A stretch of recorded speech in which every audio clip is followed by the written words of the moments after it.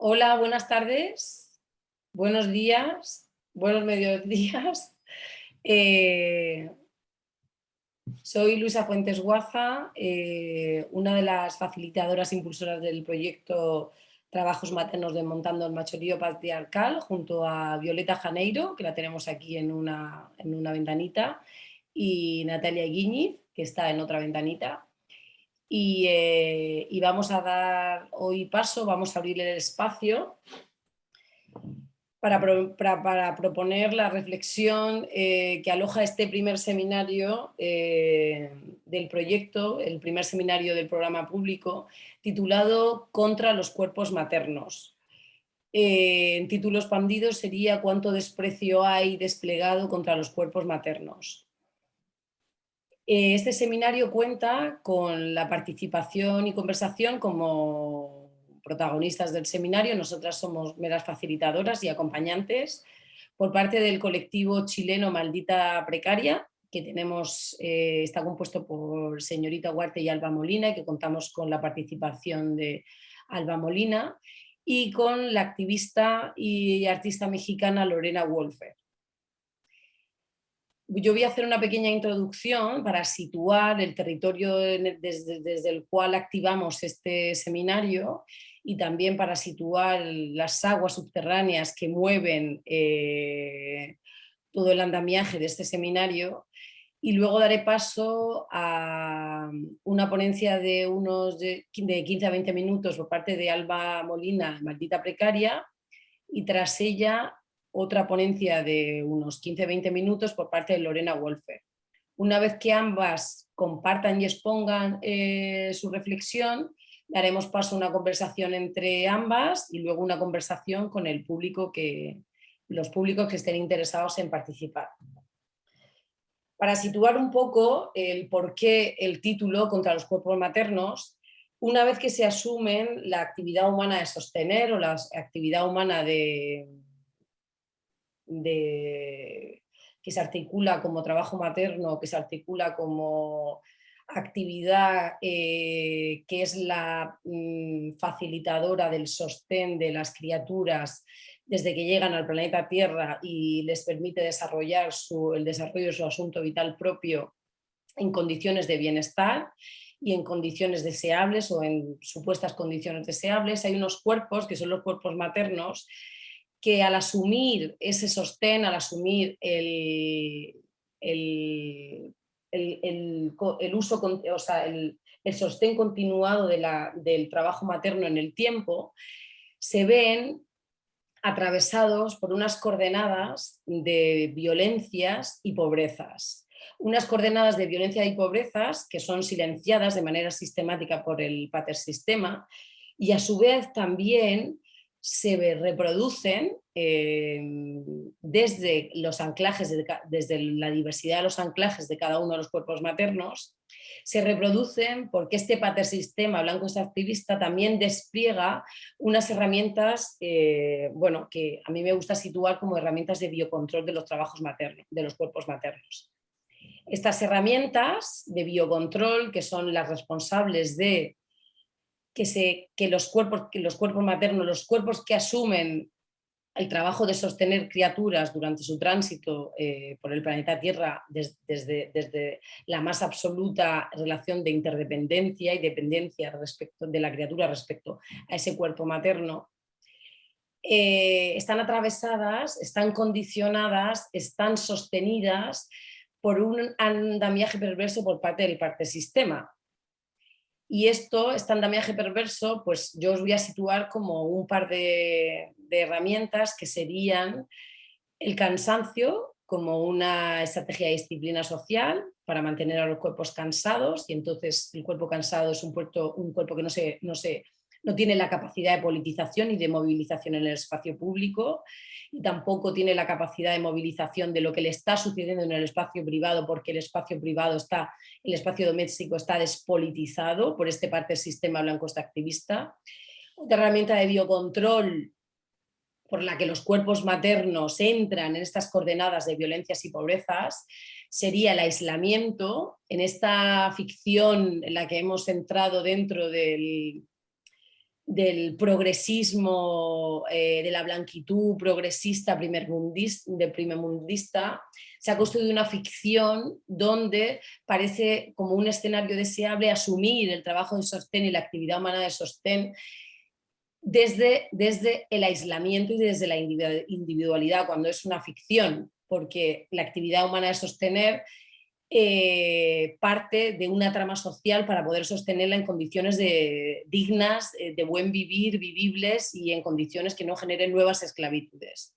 Otra herramienta de biocontrol que es la responsable de someter a los cuerpos en estas coordenadas de violencias y de pobrezas, que son las coordenadas a partir de las cuales podemos identificar que hay todo un andamiaje en contra de los trabajos maternos, sería la construcción muy patriarcalizada de lo que Victoria Sau, una psicóloga feminista que os recomiendo mucho, llamaba la madre en función padre, cómo hay una construcción identitaria atravesada por lógicas de abnegación, sacrificio, autocensura, negación del deseo psicoafectivo, de la potencia sexual. Hay todo un traje identitario, todo un traje en el que al que se le ofrece al cuerpo materno y al que se le exige al cuerpo materno entrar. Este traje, esta ficción, está atravesada por unas lógicas de autocensura, negación y sacrificio que también que forman parte de toda esta trama que ya sabemos de la asignación de género y desde cómo, como nos decía Federici, desde cuando se divide y la esfera de lo productivo de lo reproductivo. Otra herramienta de biocontrol social que reproduce y que permite que se sigan reproduciendo estas violencias y pobrezas sería la negación, el constructo de negación perpetua, ¿no?, que acompaña a los cuerpos maternos. ¿Qué es esto de la negación perpetua?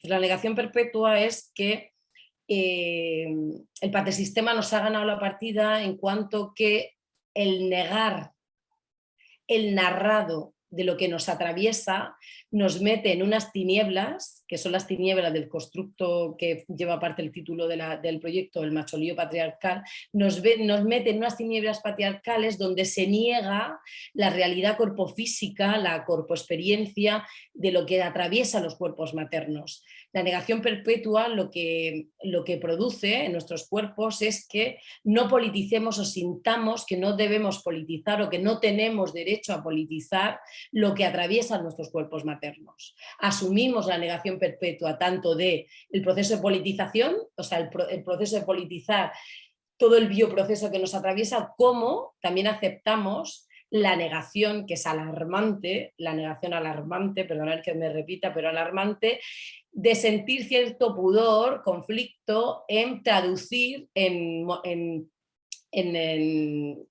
cuantificación monetaria, o sea, monetarizar toda la carga que se asume en los cuerpos maternos una vez asumen los trabajos de sostén de criaturas durante su tránsito por el planeta Tierra. La negación perpetua es un psicoconstructo que se nos ha inoculado dentro del proceso de socialización, en el que se nos separa y en el que se nos asigna unas tareas para que el patersistema pueda continuar pueda asegurarse que va a haber unos cuerpos que van a asumir todo el trabajo reproductivo gratis, bajo este paraguas de la negación perpetua, y además de gratis y en el paraguas de la negación perpetua se nos imposibilita a introducir, y esto es un problema que también tienen los feminismos dentro de sus luchas y pugnas culturales, se nos imposibilita a introducir estos debates, estas urgencias, estas exigencias dentro del asunto público, del asunto político, de la centralidad política. Entonces, los cuerpos maternos, desde las coordenadas diversas, desde cada cuerpo que las asume y con los horizontes y deseos y corpodeseo, corpoexperiencias, desde la más absoluta diversidad, sí que compartimos un territorio de negación perpetua, un territorio de disciplina social a través del cansancio, de aislamiento, También tenía apuntado que hay una estrategia de biocontrol que a mí me gusta repetir mucho, que aunque es un poco más compleja, que sí despliega, que es la violencia intragrupal entre cuerpos que estamos oprimidos, como una estrategia para liberar psíquicamente toda la tensión que arrastramos. Y lo curioso es que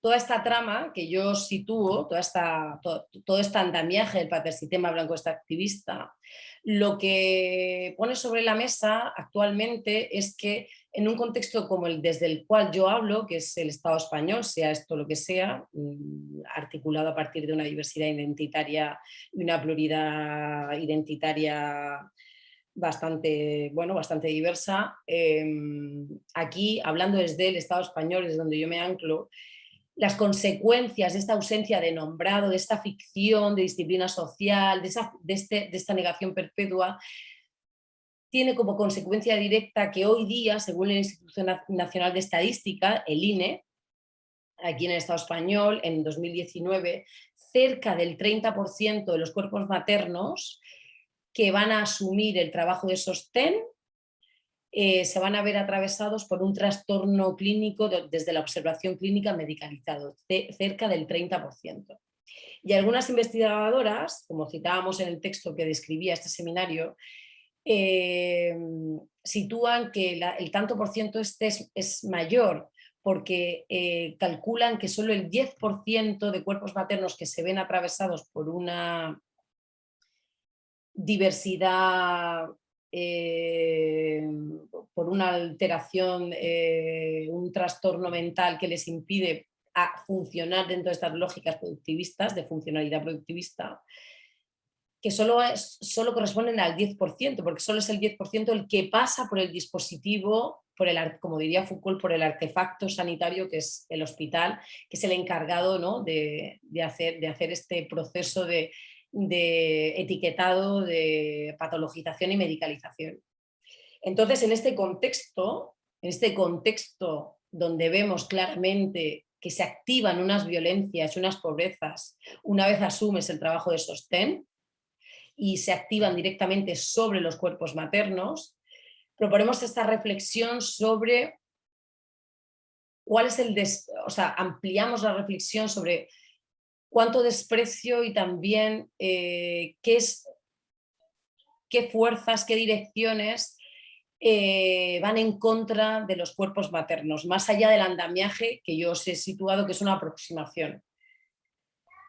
Para eso pues hemos invitado a Maldita Precaria, en representación de Maldita Precaria está Alba Molina y a Lorena Wolfer. Pero antes de dar la entrada a ellas, a mí me gustaría que... Alma Molina, perdón. Me gustaría que mi compañera Violeta Janeiro nos compartiera las obras que van vinculadas a este seminario 1 contra los cuerpos maternos. Hola a todas, muchísimas gracias por estar aquí. Os voy a compartir muy brevemente la selección de artistas que acompaña esta primera cuestión que planteamos, ¿no?, de cuánto desprecio hay contra los cuerpos maternos. Ahí voy. Yo creo que se ve la pantalla ahora, ¿no? Perfectamente. Pues, sí, se ve bien. Sí, vale. Bueno, pues empezamos aquí con esta constelación de artistas que son todas las participantes.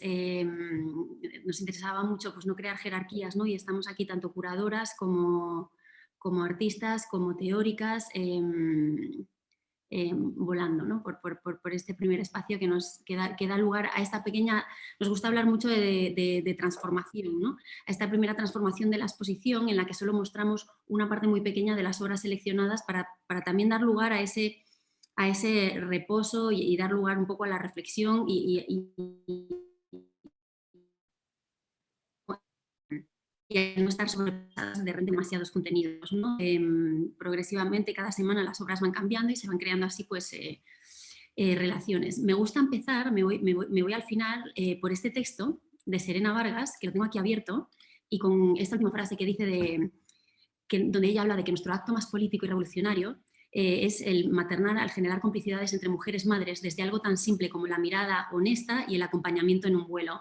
Ella habla aquí de su maternidad emigrando, ¿no? Y cómo comparte de repente complicidades con otras madres a través de la mirada. El trabajo que presentamos de Serena es este film que... Viole, están mostrando la pantalla como el fondo de tu pantalla de la computadora, no estamos viendo... Esto, vale, pues lo siento, o sea, Ah, ahí está, ahí está. perdón, es que tengo dos Ya, pantallas, qué desastre, entonces no habéis visto nada. Bueno, simplemente perdón, recién voy te a... avisamos. ¿Qué va, qué va? Simplemente hacía referencia como a este primer texto de, bueno, de Serena que he leído, ¿no? En el que ella hablaba como de generar complicidades a través de la mirada, ¿no? O sea, de un acto tan simple y tan sencillo como la mirada. Este es el trabajo de Serena, donde ella va desplegando el aguayo, ¿no? Así le llaman en Bolivia, y es una forma, según lo entendemos nosotras, de persistir en una crianza a través del cuerpo, de cuerpos que se sostienen mutuamente. Este trabajo de Serena, que son unas instrucciones básicamente de cómo utilizar el aguayo, se relaciona muy bien con el trabajo tanto de Tatiana Fuentes Sadowski, y aquí como las obras se mueven, los voy a poner al lado, y la colaboración que hacen Ella Spalding y Laura Fong. Me parece que, bueno, os parece que son dos obras donde son dos trabajos que se articulan desde ese espacio doméstico. Luisa refería a ese espacio doméstico como un espacio no politizado, y son, bueno, cuerpos maternos que persisten, que continúan, es eso lo que le transmiten a sus hijos, y lo más interesante es cómo continúan cuidando. En relación un poco también a lo dicho, está este otro trabajo de Glenda Rosero y su colectivo Dos Guaguas. Creó el colectivo con sus dos hijas, porque motivaron mucho de sus trabajos. Entonces aquí tenemos, por ejemplo, a esta Centauride, ¿no? que es interesante cómo hace referencia, pues, a la mitología griega, en el que la transformación es vista como un castigo de Dios, perdón, como un castigo de los dioses, ¿no? Y sin embargo, bueno, a nuestro parecer, Glenda es como que lo incorpora más como una herramienta facilitadora, ¿no? Como una herramienta gestora de la crianza y de poder, y asumiendo pues también desde el cuerpo esa transformación inevitable. Aquí nos van apareciendo algunos audios que nos lleva al trabajo de Belén. Belén Gómez de la Torre es una artista de Lima y tiene un álbum que se llama Single Mother, y en el que incorpora, digamos, todas las interferencias, todos los disturbios propios de la maternidad en su trabajo, y por lo tanto en sus composiciones. Entonces, bueno, recomendamos mucho la escucha atenta al trabajo de Belén, que va creando de nuevo pues interferencias, pues de repente hoy, pues con el seminario, si hacemos así, ¿no? Me voy a ir ahora... Bueno, pasamos aquí por la Comisión de la Justicia Reproductiva que introducimos en la inauguración, un espacio donde recoger pues, todos los sentires y malestares en relación a la maternidad. Y luego aquí está el trabajo de Cecilia Cavalieri, donde ella como refiere mucho a esa interconectividad entre especies lactantes. Es una cámara grabando 24/7 una mozzarella que se hace fruto de la leche de Natalia, no sabemos, iba a decir su amiga Natalia, pero no sabemos quién es Natalia, de Natalia y de 2 animales más. Por último, también nos acompaña en esta selección de obra pues el texto de Andrea Franke, Kim Dillon y Florencia Portocarrero, que recomendamos también mucho su lectura, porque nos da una perspectiva sobre otras lógicas del cuidado. Y con esto, bueno, doy por terminada la introducción de las obras que hay en exposición. Creo que no me olvido de ninguna y dejo de compartir pantalla. No sé cómo se hace ahora. Perdonad. Aquí, dejar de compartir. Pues nada, un saludo a todas, y yo creo que paso la palabra entonces a Alma Molina, ¿no, Luisa? Sí, yo voy a hacer una pequeña introducción de Maldita Precaria. Alba, ¿estás aquí? A ver, que te vea yo. A ver, es que he perdido el Zoom este. A mí Hola. Hola, Alma.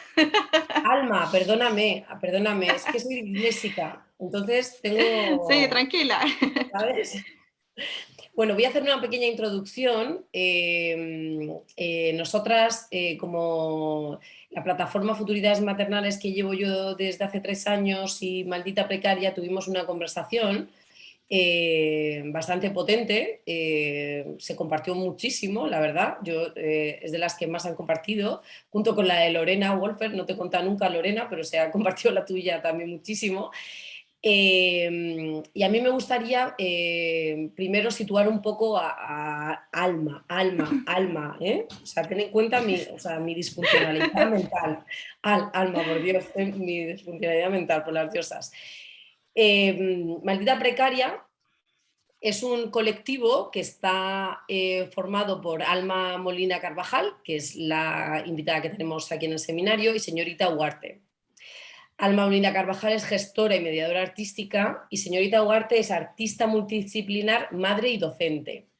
Ambas, fundadoras de este proyecto gestado en Chile, que abre nuevos circuitos de divulgación, distribución y reflexión desde ejes feministas y disidentes, donde lo prioritario es la colaboración y cuidado mutuo para escapar de esas dinámicas, iba a decir falodinámicas, pero también puedo decir dinámicas falocapitalistas. El falo lo podemos poner en todo. De esas falodinámicas falocapitalistas de individualismo corrosivo que reproduce continuamente el arte hegemónico y las prácticas de arte hegemónico. Tuvieron una expo maravillosa, a mí me gustó mucho, que os recomiendo, que también está vinculada aquí en la plataforma de Futuridades Maternales, que es Políticamente Incorrectas, donde ahondan en el constructo de la insurrección después de toda esta sacudida pandémica. Y antes, ya como para cerrar, os voy a leer un párrafo de la conversación con ellas, que me parece un párrafo muy hermoso, donde hablan ambas, tanto Alma como señorita Ugarte, iglesia funcional, diversidad funcional, y en el que nos dicen que ha habido un cambio, un quiebre en la epísteme y en el paradigma desde el estallido social hasta estos días apocalípticos pandémicos. Pero el colonialismo, al igual que el COVID, son la pandemia, el virus, y vivimos colonizados todo el tiempo. El tener conciencia de eso y tratar de evitarlo es un acto micropolítico que todos, todes, todas deberíamos hacer. Es el tiempo de expandir nuestras conciencias, politizar los afectos, la sociedad y la vida. Bienvenida, Alma Molina, de Maldita Precaria. Hola, muchas gracias por la invitación. Bueno, de paso voy a tener que, ya les aviso a ustedes un poquito antes, pero estoy con mi hija, con Freya acá, lactando en este momento, que es como en verdad hemos llevado todo este trabajo en general de Maldita Precaria. Un poco para partir, todo lo que tú has expuesto, también la conexión con las obras que mostraron, que en general son obras que a mí me encantaron personalmente, que son, por lo menos a mí me conmueve mucho en general, ver este tipo de obras, de representaciones también, cuando uno está maternando también. Yo todavía soy una mujer puérpera técnicamente, así que es como que estas cosas todavía me remueven mucho cuando veo este tipo de videos. Y bueno, lo que queremos mostrar, como decía la Ale, mi compañera Alejandra Ugarte, no pudo estar aquí hoy día por temas de precarización precisamente, ya que tiene que trabajar fuera de la casa. Pero bueno, estamos acá en el fondo para mostrar un poquitito el proyecto, cómo se conecta también con este tema y algunos artistas que están dentro de la plataforma de Maldita Precaria. Voy a tratar de compartir pantalla. Me avisan si es que es la pantalla correcta. Si es que ven aquí. ¿Se ve ahí el logo? Sí, sí. Ok, súper. Bueno, nosotras partimos dentro de un contexto de la pandemia, junto con la Ale, nos conocimos técnicamente en un taller online que hizo la plataforma Carne Kunst, que es una plataforma que está en Berlín y que cuando estábamos como todos muy encerrados, hicieron este taller que fue maravilloso en verdad, y también conocimos a Glenda Rosero, que también está exponiendo acá, de distintas artistas latinoamericanas en torno, digamos, a esta idea de maternar en cuarentena. Ahí nos conocimos, conectamos y después quisimos seguir haciendo algo en Chile, que además en Chile, también para contextualizar, además de la pandemia en sí, estábamos pasando por este periodo de estallido social, en que había habido mucha movilización, en que estaba todo como, en el fondo, como con esta idea de que podía cambiarse todo, y de pronto vino el COVID y nos mandaron todos como a la casa a escondernos con mucho miedo. Todas las políticas de represión también que habían estado operando se pusieron aún más fuertes, estuvimos con toque de queda, cosas que no veíamos desde la dictadura de Pinochet. Fue un contexto político muy, muy fuerte, y de alguna manera, no sé, como que quisimos organizarnos convocando a otras artistas mujeres, muchas de ellas también son madres, para poder de alguna manera seguir resistiendo. En el fondo, Maldita Precaria es como un espacio de resistencia en la que entre todas vamos en la medida de lo posible, porque en el fondo todas trabajamos en este contexto de tener que maternar, tener que trabajar fuera de la casa para poder ganar sustento, ¿no es cierto?, hacernos cargo además de nuestros hogares. Entonces, dentro de esos tiempos, encontrar un espacio para poder gestionar y para poder promovernos, sobre todo lo que nos más interesa. O sea, nos encantaría poder vender, que en algún momento fue también parte de la idea, poder vender obras, pero es extremadamente difícil vender obras de arte contemporáneo hecho por mujeres, es como algo muy difícil, ustedes lo saben, pero por el momento sí nos ha servido para difundir, digamos, para poder entre todas empujarnos, ¿no es cierto?, colaborarnos en difundir nuestro trabajo, en instalarnos en distintas exposiciones. En este momento somos 9, una compañera se tuvo que retirar, que la vamos a mostrar igual, también por temas de precariedades, porque tiene que trabajar 40, 45 horas semanales. Muchas artistas visuales, ustedes saben que son profesoras además. La misma Alejandra está en eso, en este momento se está haciendo clase en una escuela. Entonces los tiempos son muy, muy, muy reducidos, ¿ya? A ver si puedo pasar a la segunda. Bueno, del otro de las artistas que queremos presentarle y que están súper vinculadas como con lo que se ha expuesto es el trabajo de Jocelyn Rodríguez Droguet. La Jose ha trabajado muchas cosas, pero uno de sus trabajos como más potentes, creo yo, tiene que ver precisamente con el tema del cuerpo y del cuerpo materno, de la mujer embarazada y todo lo que está relacionado también con ese cuerpo. Ella trabaja desde un territorio de un feminismo ecológico, desde el ecofeminismo, y a través de su trabajo como fotógrafa, Regina, ella ha desarrollado, ¿no es cierto?, una serie de fotografías, montajes y videos que le han ayudado, así yo creo como muchas, les han ayudado en su proceso de recuperarse también del trauma de la violencia obstétrica. En el fondo, como que su historia parte con su primer hijo, donde ella durante su embarazo y durante el nacimiento de su hijo sufre violencia obstétrica como la gran mayoría de las mujeres. En Chile tiene una de las tasas de cesáreas innecesarias, como le llaman, más altas de Latinoamérica. El sistema público es bastante violento. Y bueno, durante el periodo en que José está trabajando en esto, precisamente también en paralelo, digamos, muchas feministas empiezan a empujar una agenda política, una agenda legislativa, precisamente para tener leyes que nos protejan un poco más. La ley de violencia obstétrica está recién aprobada el año pasado, pero durante todo este periodo estuvo en discusión, se instaló.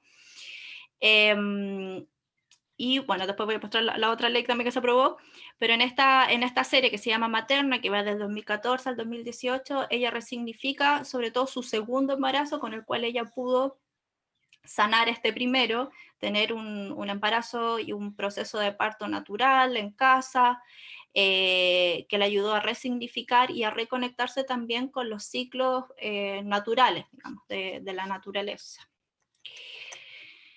también vinculado, ¿no es cierto?, con la lactancia y con los procesos posteriores del cuerpo materno después del embarazo. También ella quiso colectivizar esta experiencia. Es un trabajo muy bonito que hace la José siempre, que es bordar fotografías, pero en este caso ella trabajó con mujeres de distintas edades que mientras le contaban a ella sus historias relacionadas con su útero, con su cuerpo, con sus embarazos, iban dibujando como ellas imaginaban, digamos, su útero. Ella luego sacó fotografías de sus manos y bordó sobre estas fotografías de sus manos los dibujos que estas mujeres habían hecho. ¿Ya? Entonces también colectivizó este proceso colectivo de sanación de esta violencia obstétrica que es tan generalizada y tan común, yo diría en toda Latinoamérica, pero en Chile tenemos como récords. También trabaja con la placenta, que es otro tema que parte como del cuerpo materno muy, por decirlo, tabú. Yo creo que el tema de la placenta es como, normalmente es un asunto, como decías tú, como muy despreciado, que hay mucha asco incluso relacionado con la placenta, lo mismo con la menstruación, con todo lo que tiene que ver con el útero. Y Josa acá hace un rescate de su propia placenta, vinculado también con sus raíces y con su linaje, con sus antecedentes mapuche, y también, o sea, no, disculpa, no mapuche, son del norte de Chile. Donde sobre todo, digamos, dentro del universo andino, bueno, en realidad en todas las culturas indígenas, la placenta es súper importante. Es parte de una ceremonia también que se hace después del parto, es algo que se entierra normalmente, se devuelve a la Pachamama, etc. Y en Chile, bueno, esa fue la otra ley que se logró impulsar, era precisamente el derecho a disponer de la placenta después del parto, porque normalmente la placenta era considerada un desecho hospitalario, era simplemente botada a la basura. Partió originalmente precisamente como una manera de rescatar el derecho de las mujeres indígenas a poder tener su placenta de vuelta y poder hacer las ceremonias que estimaban convenientes, pero en la actualidad es un derecho de todas las mujeres chilenas. De hecho, yo, que no tengo ninguna conexión cultural con ningún pueblo originario, pude tener mi placenta y disponer de ella como quería. Y eso fue un poco gracias, o sea, eso fue gracias a la agenda del movimiento feminista acá que puso esto sobre la palestra, pero en paralelo, ¿no es cierto?, tenemos estas artistas que también están trabajando en esto durante este mismo periodo, ya impulsando y apoyando estas agendas. Está el trabajo de Fernanda Gormaz. Ella trabaja sobre todo lo textil, el bordado, es como su elemento favorito de trabajo. Fernanda es mamá, es profesora, y buena parte de su trabajo tiene que ver con los femicidios, con visibilizar las muertes de mujeres acá en Chile, que también tenemos una tasa no tan alta como en México, pero yo creo que proporcionalmente, acá somos mucho menos que en México, también tenemos unos horribles récords en cuanto a femicidios.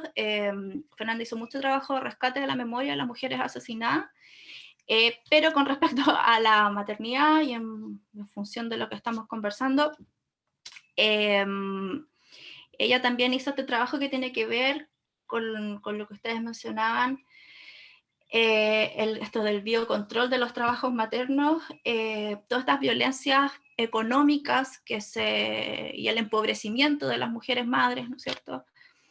En Chile también tenemos una súper linda récord de pensiones alimenticias impagas. Alrededor del 70% de las mujeres no recibe pensión de los padres, por lo tanto el empobrecimiento de todas ellas es, en términos concretos, económicos, es súper evidente, es una lucha, digamos, diaria, y en términos jurídicos, en los trámites y todo lo que implica poner una demanda de pensión alimenticia, etcétera, también es un proceso que es extremadamente violento con las mujeres y que lo único que hacen es precisamente generar este cansancio. Hay muchas que finalmente terminan por hacer nada porque es un tema de burocracia infinita.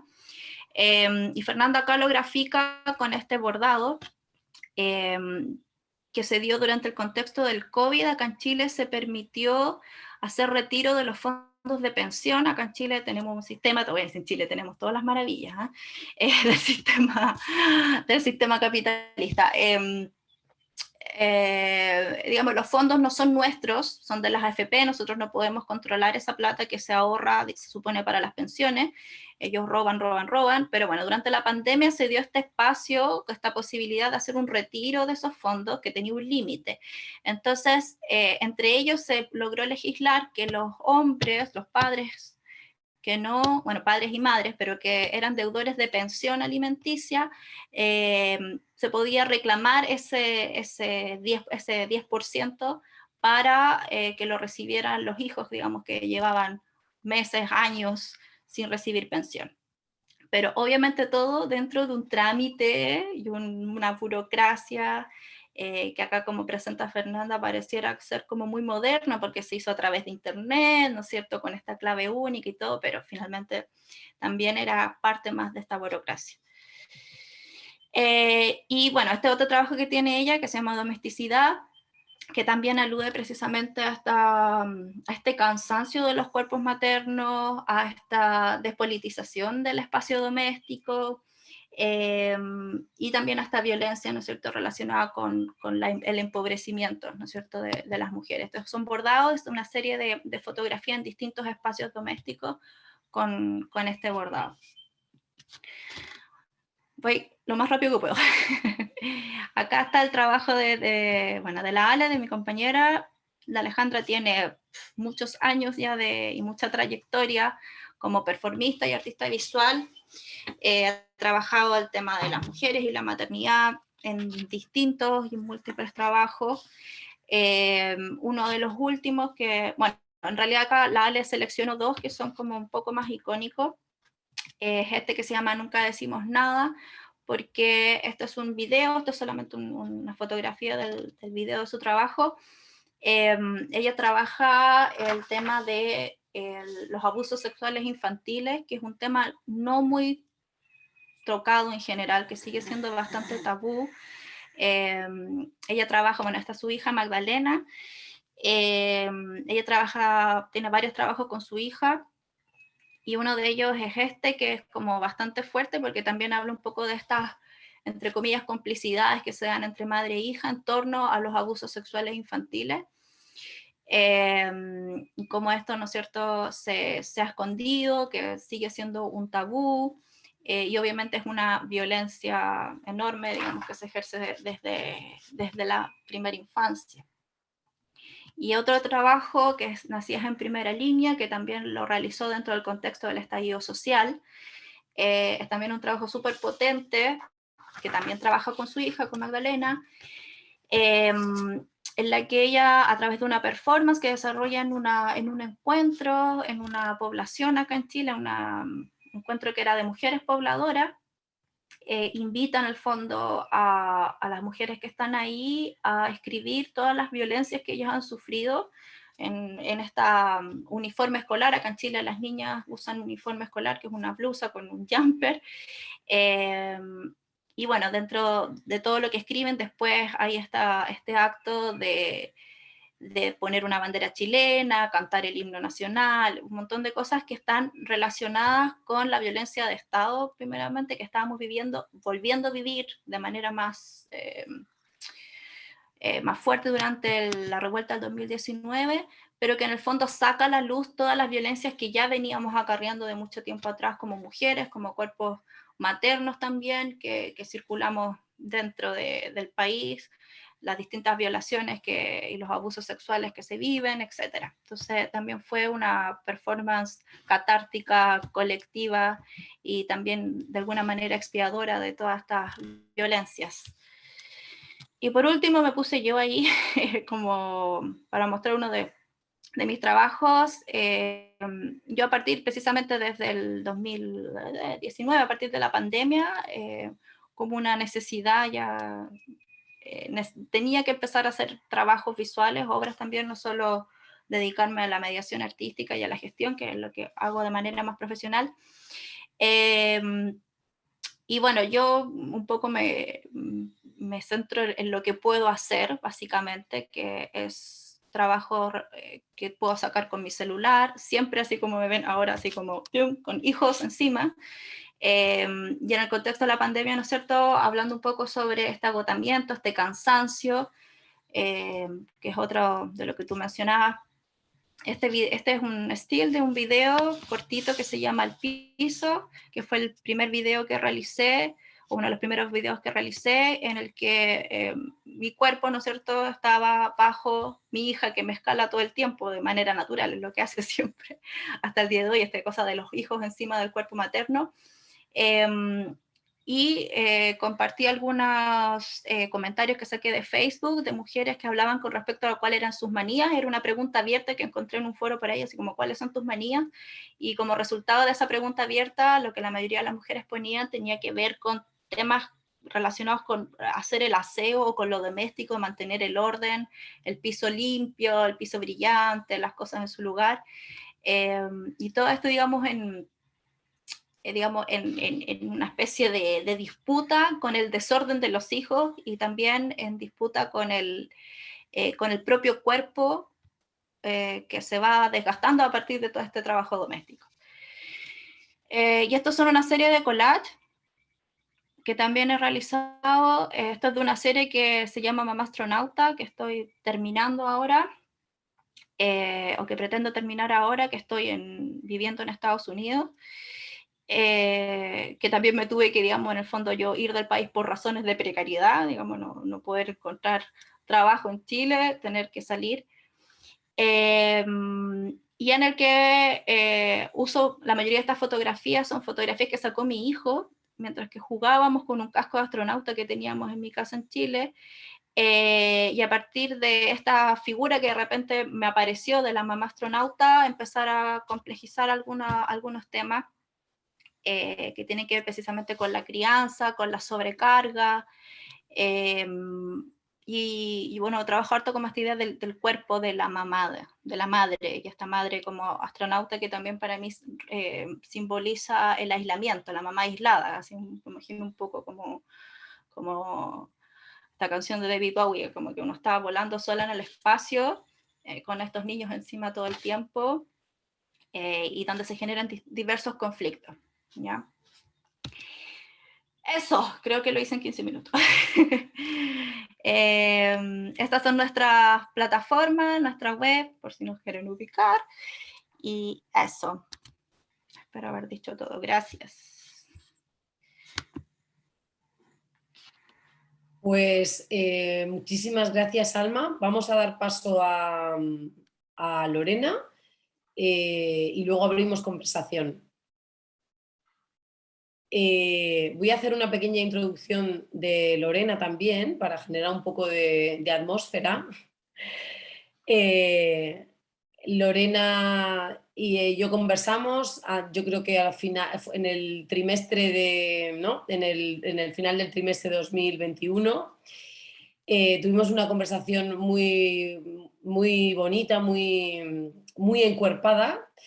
Y quería comentar pues que en esta conversación que ambas pues, se alargó porque ambas nos veíamos atravesadas por nuestras fatigas y enfermedades y síndromes autoinmunes crónicos, todo lo que nos ha ido atravesando. Le pregunté a Lorena que de qué manera podíamos contar en la entrevista, bueno, pues que habíamos estado atravesadas por estas condiciones corpoespaciales. Y Lorena escribió un texto, yo le mandé en bruto y me dijo, Lorena, espera, y entonces me mandó una nota que voy a leer porque me parece una nota muy hermosa y además una nota que resume estas fuerzas y condiciones contrarias a las condiciones deseables que serían las que necesitarían los cuerpos maternos para sostener en unas condiciones de dignidad y bienestar. Antes que eso, contaros que Lorena Wolfer es una artista mexicana, bueno, con un trabajo maravilloso desde la reflexión del género, desde hace muchos años. la conocí a partir de un proyecto que movió Elena Chávez en la UNAM, de unas prácticas sobre cuidados y encierro, que se llamaba Cuidado y Distanciamiento, una serie de pláticas en el encierro. Y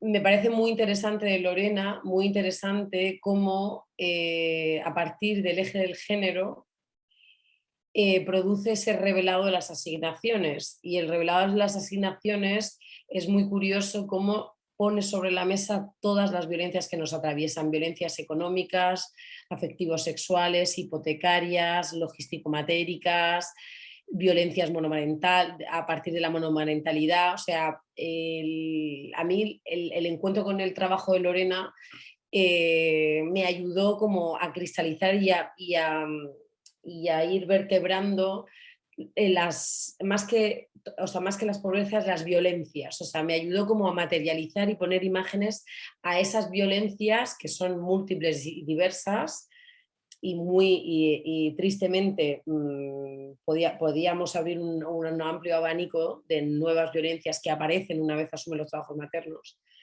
El trabajo de Lorena me ayudó a ir armando visualmente esa narrativa de lo que serían las violencias que atraviesan los trabajos maternos. Voy a leer la notita, Lorena, si te parece bien, la nota que escribiste tú, para contextualizar un poco cómo se dilató nuestra conversación por las corpocondiciones que nos atraviesan, en el que Lorena decía: nota de Lorena Wolfer. Esta conversación entrecortada con Luisa sucedió a lo largo de 2 meses. Aunque habría querido que fuera más fluida, las mismas condiciones que fuimos tocando fueron las que me lo impidieron. Como para la mayoría, mis tiempos laborales y pandémicos son mucho más largos y pesados y peor pagados de lo que eran antes. Como madre de un adolescente, divido mi tiempo entre mi trabajo y cuidarla y procurarla. Y si antes prácticamente no tenía tiempo para ninguna otra cosa, mi reloj ahora ya permanentemente está en números rojos. Además, como tantas otras mujeres que trabajamos en torno al género y en las violencias, tengo una enfermedad autoinmune que de tanto en tanto limita muchas de mis actividades. Así las cosas, le fui respondiendo a Luisa conforme pude. Esta parece ser nuestra condición de vida hoy. Lorena, encantada, bienvenida y muy honrada de que te hayas subido a esta, como decía Violeta, a esta constelación expansiva que situamos, yo me atrevo a situar como parte de la sacudida feminista de las nuevas luchas reproductivas. Bienvenida, Lorena. Gracias, Luisa, y gracias por la invitación a todas. Me da mucho gusto conocerte, Natalia. Y por supuesto escuchar del trabajo de Alma y de las artistas de las que ella habló. En efecto, está buenísimo que empieces con esa cita porque, o sea, Luisa y yo nos escribimos estos mensajes en donde básicamente antes de cualquier cosa hablamos del cansancio, ¿no? Y esa es la intro. Y a mí la verdad es que me da mucha tranquilidad porque son temas que si bien en los feminismos se supone que todas conocemos y que están como sobre la mesa, no están incorporados como al lenguaje habitual, ¿no? Es decir, no se incorpora esta cosa en la que tú puedas llegar y decir, ¿sabes qué? Hoy no puedo porque estoy cansada y porque estoy en cama, ¿no? Como Luisa y yo sí hacemos, pero en fin, esto para decir que las conversaciones con Luisa se han vuelto como una suerte de espacio seguro muy singular, donde hablamos del cansancio, hablamos de la fatiga crónica y estas cosas y del trabajo, ¿no? Pensé en empezar mi participación con un proyecto que hice cuando estaba embarazada, que les voy a compartir y que un poco creo que puede sentar el tono por lo pronto, de dónde estoy yo parada y de mi intervención. Voy a compartir pantalla.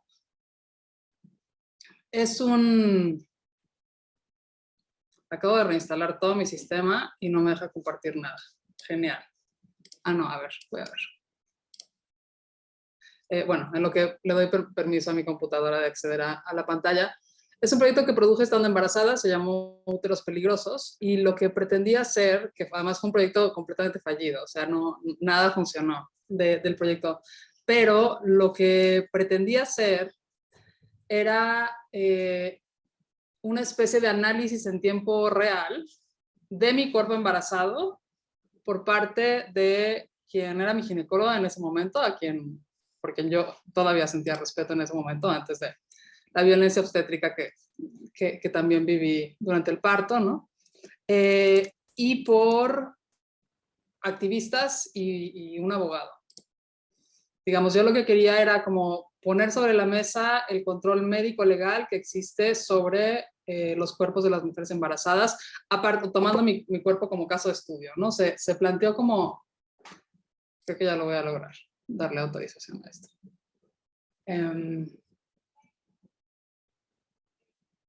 Ok, no sé, vamos a intentarlo, porque si no lo que voy a tener que hacer es salirme y volver a entrar, no, ya está.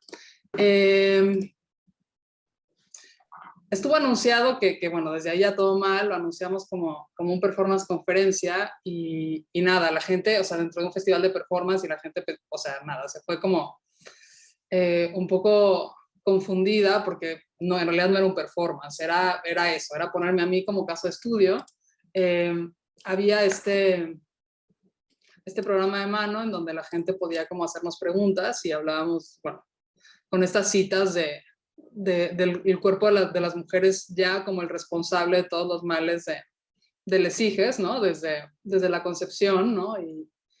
Y cómo podíamos, como dice nuestro tratado de las enfermedades de las mujeres de 1765, las pasiones del alma como la cólera, el arrepentimiento, el miedo, el dolor pueden dañar la conservación del embrión, ¿no? Somos responsables, o bueno, hemos sido responsables desde ahí, ¿no?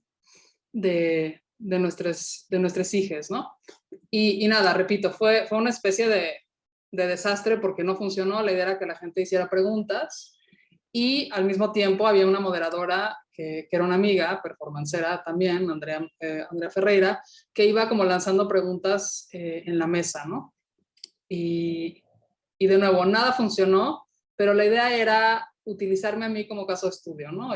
Utilizar un cuerpo real de una mujer embarazada como un caso de estudio para hablar del control ginecológico, médico y legal que existe sobre los cuerpos de las mujeres, ¿no? Y nada, pongo esto como preámbulo, eso, primero como paso anterior a la violencia obstétrica que sufrí, en donde yo no pude ver nacer a mi hija porque mi ginecóloga decidió anestesiarme sin mi consentimiento, genial. Y después, digamos, de todo lo que ha seguido, ¿no? Y de ahí doy un brinco de muchos años, la hija en efecto ya es una hija adolescente, a 2 proyectos que produje en la pandemia y gracias a los cuales, bueno, no gracias, pero que han sido parte de la conversación con Luisa, ¿no? El primero fue Historias Propias desde Casa y el segundo fue Diarias Global. Quiero como centrarme en estos 2 proyectos porque, digamos, sé que las violencias contra nosotras, como decía Luisa, yo básicamente trabajo en torno a las violencias de género, se afianzaron, se acrecentaron y se dispararon durante la pandemia. Es decir, todo eso que ya vivíamos durante la pandemia se hizo exponencial y se arraigó en otros nuevos lugares, ¿no? Y además implicó un retroceso monumental para muchas, ¿no? Yo he insistido mucho en hablar de lo que implicó el regreso a la casa para nosotras, ¿no? Porque la idea de confinamiento y la idea de irse a la casa fue una experiencia enteramente diferente para los cuerpos que son identificados como masculinos que para los cuerpos que somos identificados como femeninos, ¿no? Para nosotras implicó no irnos, sino regresar y regresar al espacio político de la casa, no solo al espacio físico de la casa, obviamente, sino al espacio político de la casa, con todos y cada uno de sus mandatos, ¿no? Esos mandatos tienen que ver, por supuesto, con las maternidades, tienen que ver, digamos, con la cultura de los cuidados y tienen que ver también con las violencias, ¿no? Porque si nosotras estábamos en casa más, también lo estaban nuestros agresores, que suelen ser familiares o parejas, ¿no? Entonces, cuando llegó la pandemia, yo estaba trabajando en un proyecto que se llama Historias Propias, que tenía que ver con encontrar formas para circular las historias de personas de identidades no normativas, y con no normativas me refiero a todo desde personas de mi comunidad LGBTQIA, QIA+, hasta personas presas liberadas o personas en situación de calle o personas con VIH.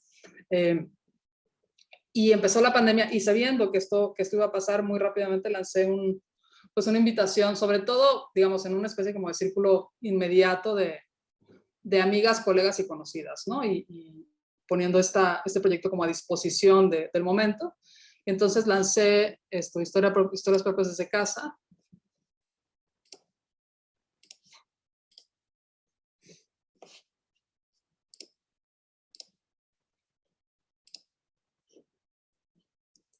Que está, se ve enorme. Ok. Que está albergado en historiaspropiasdesdecasa.blogspot.com y básicamente son las respuestas que diferentes mujeres fueron enviando a mi invitación a que contaran sus historias en el confinamiento, ¿no? En la casa, en el espacio de nuevo político de la casa. Esto último son participaciones de amigas y colegas universitarias, sobre todo de docentes, que fue, digamos, la última parte del proyecto, pero antes de esto vinieron muchas otras, digamos, de mujeres en general, y enviaban sus historias en la forma de textos o también en la forma de fotografías. Seleccioné un par para compartirles. Esta es una que siempre me alucina, ¿no? Que es de Teda Hacha, y la voy a leer porque no es lo mismo verla que leerla. Dice: mi vida en un barco. Hace 8 años vivo en un barco de vela de 12 metros de largo por 6 de ancho, con mi hijo de 6 años y su padre. Con la ayuda del viento navegué 50.000 millas náuticas, más de la vuelta al mundo. Visité 40 países y cientos de islas en 4 continentes. Me acostumbré al ritmo y sonido de las olas como si fuera una música que nunca se acaba. Navegué con fuertes vientos, temporales, lluvias y grandes olas que sacudían el barco. Sufro de mareos insoportables que trato de sobrellevar con todo tipo de pastillas, tés y parches, pero nunca funcionaron. Lo único que puedo hacer es acostarme en mi cabina y esperar a que llegue la calma. Dejé todo por amor, mi casa, familia, amigos, trabajo, para vivir un sueño que nunca fue el mío. Por amor fui capaz de hacer muchas cosas nuevas. Ahora vivo en la isla de Tahiti, en la Polinesia Francesa. Estoy separada del padre de mi hijo, pero seguimos viviendo juntos en el barco porque no consigo un trabajo para poder irme, y justo el coronavirus llegó a la isla y el gobierno decretó el confinamiento para evitar la propagación del virus. Nos tuvimos que quedar confinados en el barco durante 60 días, del 18 de marzo al 17 de mayo, encerrados al aire libre, pero al menos podíamos nadar. Solo hubieron 60 casos de coronavirus en toda la isla, ya todo está volviendo a la normalidad. La isla está libre de virus, podemos salir, y mi hijo ha vuelto a la escuela. Yo sigo tratando de conseguir trabajos para poder salir del barco. Aunque la situación económica está muy difícil, como en todos lados, y el futuro es incierto, pero tengo mis proyectos personales de fotografía que nunca he dejado de hacer y me dan energía para salir adelante. Esto tiene que ver mucho con el tipo de trabajo que yo hago, que gira en torno a la idea de que seamos nosotros quienes narramos nuestras historias, ¿no? Hablaba Luisa al principio de cómo una digamos, de los dispositivos de control, de pobreza, de violencia y de opresión de nuestros cuerpos es negándonos la posibilidad de contar la historia propia, ¿no? Y esto es algo, digamos, uno de los ejes de mi trabajo. Acá comparto otra participación de una amiga que además trabaja todavía en el Centro de Investigaciones y Estudios de Género acá en la UNAM, y esa era su realidad, ¿no?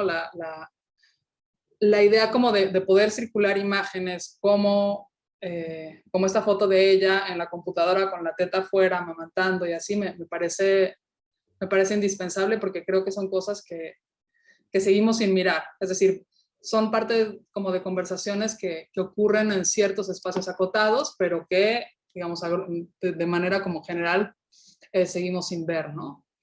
Y esta es parte de la narración de una querida amiga de Nueva York, hablando de lo que implicaba el encierro, ¿no? Y no sé, les leo solo un cachito, ¿no? Durante 3 semanas hemos estado adentro, nos acostumbramos a nada: el sonido de las sirenas, la computadora constante para la escuela, entre comillas, la ausencia de amigas para mis hijas, escuchar a mi hija de 3 años decirme que su amiga imaginaria tiene el virus y la sigue tocando, por eso siempre se está enfermando. las manos secas de lavar, nos hemos quitado los anillos de bodas definitivamente, por ahora. La diferencia entre definitivamente y por ahora es muy borrosa. En fin, es como bastante largo, no lo voy a leer entero. Pero digamos, este fue un primer espacio que se convirtió en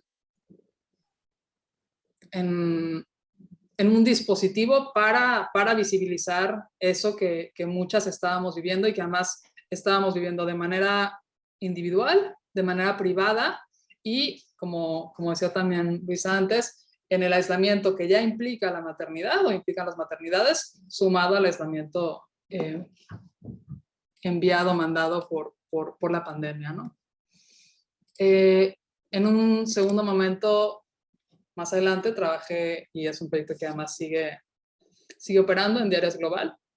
La idea de Diarias era visibilizar las experiencias y las vivencias de las niñas, jóvenes y mujeres durante la pandemia, ya no, digamos, solo en el confinamiento, sino en la pandemia en general. Es una plataforma que, digamos, a diferencia del blog de historias propias, que es manual, donde yo iba subiendo todo, esta es una plataforma que produje en colaboración con el MUAC, el Museo Universitario de Arte Contemporáneo aquí en la Ciudad de México, y que, digamos, opera sola, ¿no? Tú entras acá, sube tus fotos y puedes subir hasta 4 imágenes que puedes acompañar o no de un testimonio, y son eso, las imágenes que tú elijas compartir sobre la pandemia y sobre tus experiencias en la pandemia. Hay, no sé al día de hoy cuántas hay, pero hay 448 participaciones de estas partes del mundo. Hay un mapa que las va registrando, y también hay como acá una línea del tiempo para ver quiénes participan. Originalmente el proyecto iba a estar solo unos meses cuando pensamos que la pandemia iba a pasar y era algo pasajero, de lo cual nos íbamos a recuperar y eventualmente íbamos a salir. Y al final, pues la dejé ahí hasta que la pandemia pase, y estoy justo ahora en un segundo momento que tiene que ver con encontrar formas de circular en espacios públicos las imágenes que están en la plataforma, que era, digamos, el segundo momento del proyecto. Era eso, que cuando nosotras lográramos salir al mundo, nuestras imágenes sobre la pandemia, en torno a la pandemia, salieran también. Les comparto aquí algunas, ¿no? Esta es de Laura Cristina García Dueñas, de El Salvador, del 8 de enero de 2021, y dice: la vida es más fuerte que la muerte. Saludos a todas que hemos dado luz en pandemia y queríamos encerradas. Venceremos, el mundo sigue su curso gracias a nosotras. Es una de las participaciones que más me gustan y que más me emocionan, ¿no? Y hay un poco de todo, ¿no? Esta es una participación con dibujos que dice, de Guadalupe Díaz, que dice: realicé estos dibujos que representan lo que actualmente hago en casa. El nuevo reto al que me enfrenté en esta nueva normatividad fue trabajar desde casa y apoyar a mis hijos, en la escuela a distancia, así como ayudarlos a asimilar la situación. En mi caso me siento muy tranquila estando en casa con mis hijos, y todas las actividades las realizamos sin presiones. Además de que mi economía es estable, pues los gastos disminuyeron y eso me tiene muy tranquila. Esta es una historia de éxito, digamos, a todas luces en contraposición a todas las demás. Y bueno, dice: despierto a mis hijos más tarde que antes, desayunamos juntos y con calma, trabajo desde casa y estoy con mis hijos observando las clases. Digamos, la narración otra de alguna amiga era: estoy cursando segundo de primaria de nuevo, ¿no? Que es para, pues lo que fue para la mayoría de nosotras, ¿no? La escuela a distancia y la escuela en línea, más que esto, que para ella sí funcionaba. Y dice: ahora hago ejercicio en casa, disfruto de un baño sin prisas, ¿no? Acá hay muchas imágenes que tienen que ver con, digamos, los espacios improvisados para la escuela, ¿no? Y eso, las actividades con hijas, hijos e hijas. Aquí está la participación de Elena, que hace rato que veía que Alejandra estaba acá en el Facebook, pensé en que tenía tanto la participación de Elena como la de Ale aquí. Entonces voy a leer solo la de Elena, para no poner a Ale, digamos, bajo una lupa acá en este Facebook. En este Zoom. Elena Chávez MacGregor, al terminar una llamada que ciertamente duró más de lo que debía, salí de mi cuarto y la ventana estaba pintada de rojo.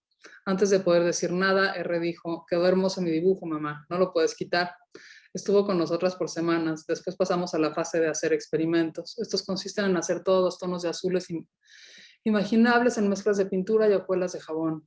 Alguna vez desperté y ella ya había comenzado a trabajar en ellos. Había chorros de pintura por todos lados. No pude regañarla. Además de que ella estaba feliz y había logrado dormir 15 minutos más. También le he dado por contar los círculos que aparecen en mi espalda después de las sesiones de acupuntura. A mí me dan alivio y a ella parece le ayudan con las matemáticas. Son algunas instantáneas que son solo eso, fragmentos de nuestro tiempo en casa.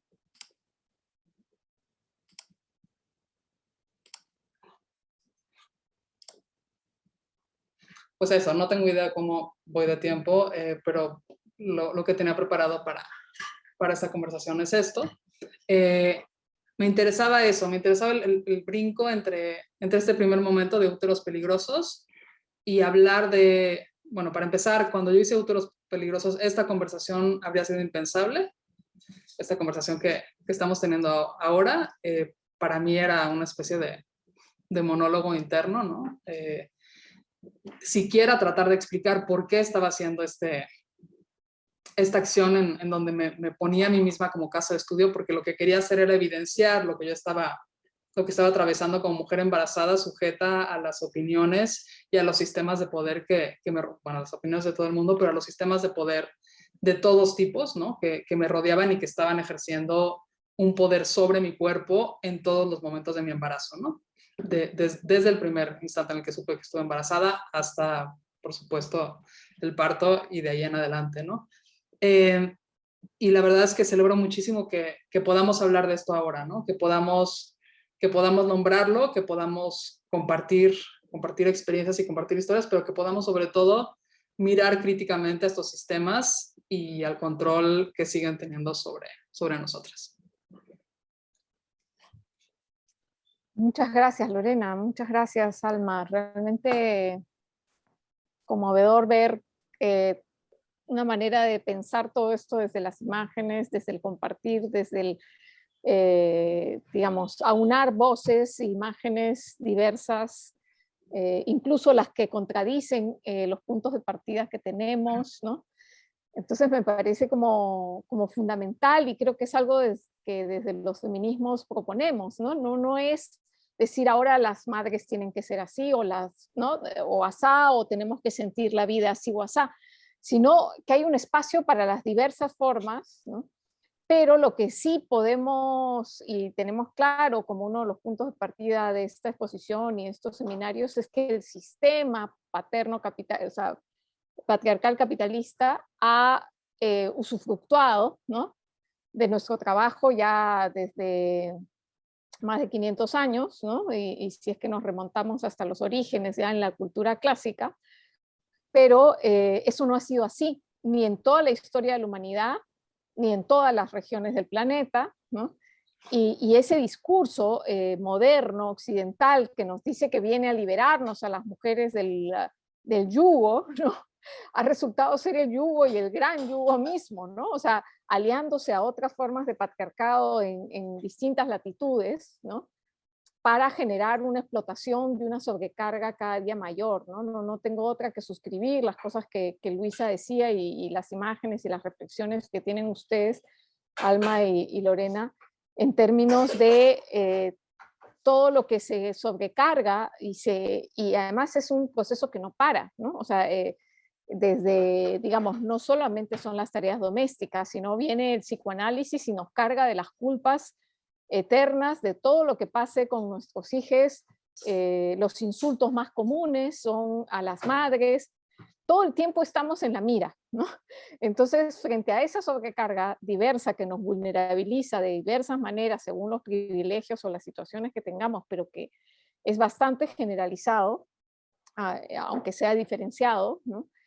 ¿Qué pasa, digamos, con nuestra libertad? ¿Qué pasa con nuestro deseo, ¿no? En mi caso también, digamos, me vi enfrentada a una enfermedad, al cáncer, y ningún médico, ningún doctor, doctora, doctore, nadie me preguntaba, ¿y qué hacía yo? ¿No? ¿Qué cantidad de cosas tengo que hacer en el día? ¿No? Todo el mundo te pregunta, bueno, si tienes antecedentes familiares, yo qué sé, en el mejor de los casos, sobre si te has puesto hormonas o no te has puesto hormonas, pero vivimos un síndrome, ¿no? De, como decía Victoria Sao, como citó Luisa, de la madre en función padre, o el vacío de la maternidad, o incluso, como dice ya hace muchos años Adrienne Rich, ¿no? La institución de la maternidad, que además está promovida desde una publicidad pues que edulcora todo el tiempo la función materna, ¿no? Y además los lemas, justamente trabajados en mi tesis actualmente, y que tienen, y el discurso de la abnegación, el sacrificio, del hacer todo a cambio de nada, se ha instalado, ¿no?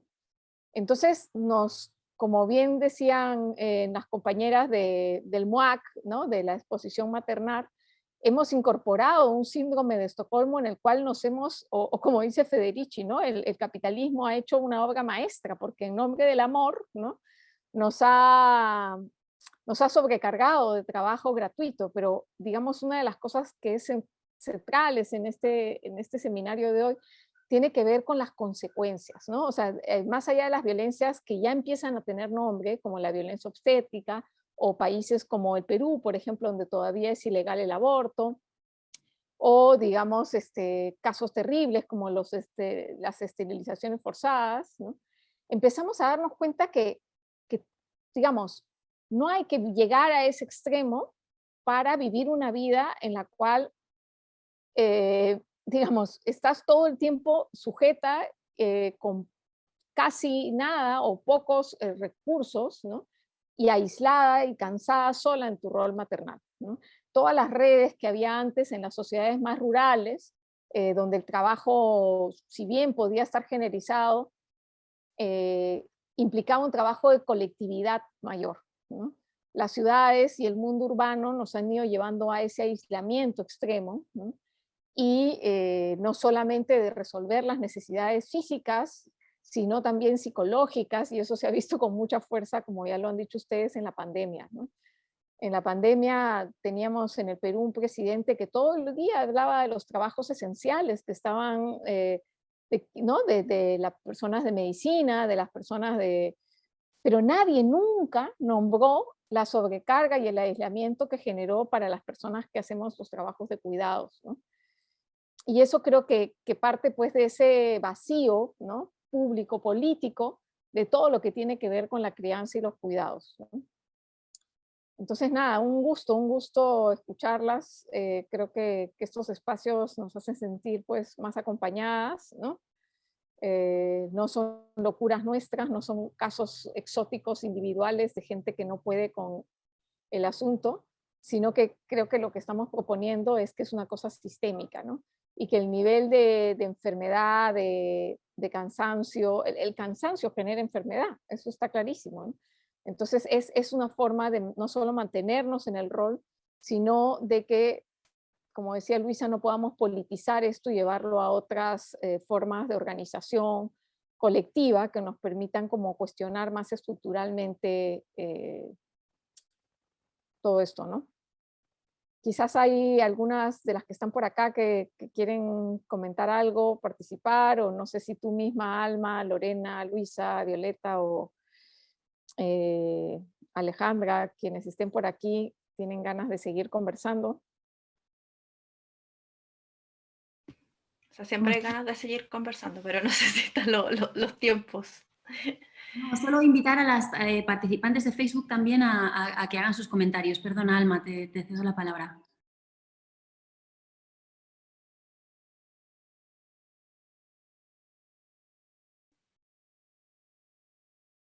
¿Alma? Sí, sí. Es que no sé si van a hacer las preguntas o quieren No, ¿quieres tú comentar gente? algo? Si quieres, dale. Y yo luego os lanzo una pregunta que me gustaría que empezásemos a partir de lo que habéis compartido, pero dale, dale. Sí, es que, o sea, de las tantas reflexiones que se pueden hacer en verdad, pero como una de las cosas que De hecho, ayer le comentaba a una amiga en Facebook que puso algo en su muro de que estaba muy agotada, este tema del cansancio, el agotamiento extremo que vivimos las madres sobre todo y las mujeres que cuidan. Y yo creo que una de las cosas también de las consecuencias de este cansancio es como que precisamente nos quitan lo bueno de la maternidad, o sea, nos quitan la capacidad de disfrutar de nuestros hijos, de disfrutar ese proceso y al mismo tiempo cuando nos quitan esa felicidad, nos están quitando el poder finalmente, el poder que significa ser madre cuando uno está como bien, digamos, equilibrada. Yo creo que esa también es una consecuencia política, o sea, tener un montón de madres ultra cansadas que no son capaces de poder disfrutar este mismo acto, o sea, como este fruto de, literal, digamos, de sus cuerpos y de sus esfuerzos. Y por lo tanto también la otra consecuencia son los niños y las niñas. O sea, la violencia que se ejerce sobre las mujeres es la violencia que se ejerce sobre las infancias también. O sea, repercute directamente. O sea, también hay una violencia muy fuerte sobre las infancias a través de nosotros. Eso. ¿Yo puedo seguir, Luisa? ¿Te parece? Sí.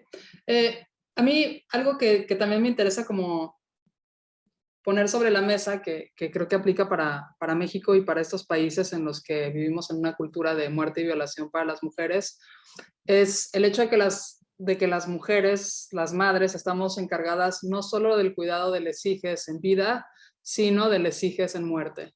La labor de las madres para visibilizar, para obtener justicia, por ejemplo, con los feminicidios, para dejarlo en un territorio que tiene que ver con el género, es brutal, porque además, si en vida no hay apoyo, en muerte lo hay menos, ¿no? Y entonces este camino, digamos, inacabable de las madres buscando justicia para sus hijas, incluso solo para que se reconozca que los casos son feminicidios y que no son, como se suele catalogar acá, suicidios, que es lo que se suele hacer en México para desvalidar por completo las violencias contra las mujeres, es nombrar a casos que son claramente, digamos, el resultado de la violencia de una persona vertida sobre una mujer, los catalogan como suicidios, pero está esta labor, eso, que no acaba nunca para las madres, ¿no? Para las madres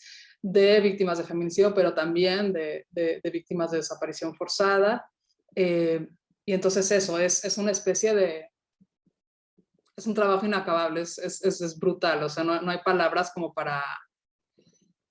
No hay adjetivos que alcancen como para describir lo que implica para ellas, porque además buscar justicia, buscar reparación o buscar siquiera reconocimiento para sus hijas implica, eso es un trabajo de tiempo completo, entonces ni siquiera tienen la capacidad de trabajar, ¿no? O sea, de continuar con sus trabajos cotidianos, con lo cual la precarización de nuevo se multiplica y se vuelve como en una especie como de espiral inacabable.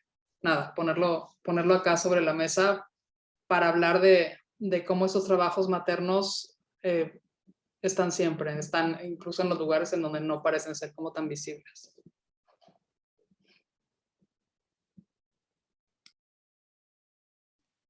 Yo al hilo de lo que comentas, Lorena y Alma, me viene sobre todo, o sea, la imagen de Coatlicue, se pronuncia así, Lorena, Coatlicue, ¿no? Coatlicue, ¿cómo se pronuncia? Cuéntame. Coatlicue. Coatlicue, esto, Coatlicue. Que la leí leyendo a Gloria Anzaldúa, que en un texto de Gloria Anzaldúa, Gloria Anzaldúa le pedía a Coatlicue, le pedía ralentizar sus procesos psíquicos porque sentía que necesitamos más tiempo, mucho más tiempo, o sea, al ser cuerpos oprimidos y cuerpos que arrasan como todo un sedimento de presión, ese sedimento de opresión que se niega por parte del sistema, porque ¿no? Es como una trampa de decir, bueno, te coloco en un plano de igualdad, pero estoy negando toda la carga de opresión que tú arrastras. Y la Anzaldúa me encanta, o sea, me abrió una puerta cuando decía, cuando pedía a Coatlicue más tiempo para integrar los procesos psíquicos que tenemos como cuerpos oprimidos. Y fíjate que Coatlicue es la diosa de la fertilidad y la diosa de la patrona de la vida y la muerte, que conecta con con el cuerpo materno como el cuerpo, como un cuerpo, como un territorio de entrada y de salida, o como un territorio, y de esto que estoy diciendo, dentro de los feminismos es esencialismo a nivel doctorado. O sea, colocar el cuerpo materno como la materialidad del cuerpo materno como cuerpo a partir del cual se vive la vida y la muerte, bueno, igual dentro de los feminismos no coloniales, que es donde a mí me gusta situarme y donde me siento mucho más cómoda, sí tiene esta potencia Coatlicue. A mí, o sea, no sé si tú, Lorena, la pregunta que te quería lanzar, no sé si tú te has, en todo tu proceso de expatriarcalización de los trabajos maternos, de las maternidades, has dialogado con esta figura, has dialogado con esta construcción de la Coatlicue. Coatlicue. Coatlicue. No, nunca he trabajado directamente con la Coatlicue, digamos, tengo amigas que lo han hecho, pero no. Una de las muchas cosas que no he hecho nunca es hacer como establecer un puente con eso, con figuras prehispánicas y tal. Pero bueno, sé de otras amigas y colegas que lo han hecho, ¿no? Como Katia Tirado, que hizo un performance que estaba basado en la Coatlicue y que tenía que ver con los ciclos menstruales y, en fin, la luna y tal, pero no, yo no. Yo más bien me sitúo en pues en este presente brutal, ¿no? En este presente brutal que vivimos acá. La brutalidad del presente, del patersistema blanco extractivista. Exacto. Ya que tenemos un Zoom limitado con pocas participantes, creo que sería interesante también dar espacio a lo que nos van comentando en redes, ¿no? Aquí Betty, bueno, para empezar os saludan muchas amigas, muchas de ellas que están en la exposición, como Gabriela Lucero, que saluda a Maldita Precaria, bueno, Alma Ryan también, en fin, varias. Y aquí Betty Duila en Facebook comenta, en el caso del concepto de maternidad abnegada, sacrificada, como podríamos indicar los cambios en este pensamiento y hacer tanto en las madres y la familia. ¿Cómo lograr cambios en el pensamiento? Lo he leído fatal, pero ¿se ha entendido? Lo vuelvo a leer. Por favor. En el caso del concepto de maternidad abnegada, sacrificada, ¿cómo podríamos iniciar los cambios en este pensamiento y hacer tanto en las madres y la familia? ¿Cómo lograr cambios en el pensamiento? Lo copio porque la puntuación está un poco rara, entonces, a ver. Ahí lo tenéis. Bueno, podríamos, no sé si empiezo o quieres empezar, Alma. Sí, o sea, es que yo tengo también un poco esa pregunta, desde dos lugares. Por un lado, quiero citar una amiga, una amiga muy querida, que además es amiga bruja, que ella tiene un concepto que yo dice, yo soy madre valeverguista, o sea, me vale verga lo que se supone que tengo que hacer, o los mandatos, o lo que la gente piensa de mí, que es una manera como bastante práctica y en el día a día de ejercer una maternidad más libre finalmente. O sea, en cuanto a esa pregunta, ¿cómo hacerlo? Es que simplemente hay que hacerlo. O sea, plantarse, que puede ser difícil, digamos, pero plantarse y decir, ¿sabes qué? Esto yo lo voy a hacer así o no lo voy a hacer así. Y si hoy día mis hijos, como por ejemplo hoy, mi hija tiene que estar viendo YouTube para que yo pueda estar haciendo esto y, oye, qué terrible, ¿cómo está? Me vale ver, o sea, esta es la manera que tengo yo en este momento de resolver las cosas ahora. Si hoy día tengo que darle de almuerzo una caja de jugo con una galleta y que no es lo nutritivo, que no, lo mismo, o sea, es lo que tengo que hacer en este momento para resolver el asunto. Eso es como algo que quería mencionar de esta amiga, de la Paula Miranda. Y por otro lado, yo tengo también esta pregunta, porque a nivel visual, ya que estamos acá, artistas visuales, a nivel visual a mí me ha llamado la atención y algo que estoy empezando a investigar, este tema del surgimiento de los TikTok, los memes, sobre las mujeres, sobre la maternidad, en que aparece esta figura de la mujer cansada, esta figura de la mujer agotada, esta figura de la mujer que nosotros hemos problematizado desde las artes, las artistas feministas, las artistas madres, pero ahora aparece esta figura que aparece en Facebook, en TikTok, en todas partes, y a mí me preocupa un poco como el capitalismo, ¿no es cierto?, vuelve a usar sus artimañas y esta figura empieza a perder su poder político. O sea, algo que en el principio era como, bueno, voy a exponer esta realidad, ahora resulta que todo el mundo lo hace con TikTok y parece chistoso y se vuelve un meme. La mamá meme, eso estoy trabajando ahora, así como, ¿qué pasa con la mamá meme ahora? ¿Esta es una mamá política también? ¿Hay alguna manera de subvertir? Es como que el capitalismo se vuelve a tragar lo que nosotros ya estábamos planteando. Es súper complejo a nivel visual, creo yo, como esta aparición de algo que estábamos tratando de transformar se vuelve contra nosotros, creo yo. Creo que es peligroso, siento yo, todavía no llegó a ninguna conclusión, creo que sigue siendo una pregunta, pero me parece interesante como volver a abordarlo y mirarlo desde ahí. Eso.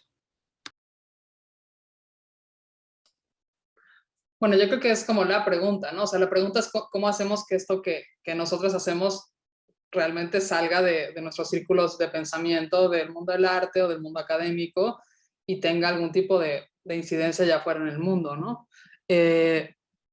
Para mí, como decía antes, las estrategias han sido otorgar un espacio para que cada una cuente su historia, o sea, generar estas plataformas de enunciación colectiva en donde se conformen como estos discursos corales que tienen que ver, claro, digamos, con la experiencia individual, pero que conforman una otra cosa juntas, ¿no?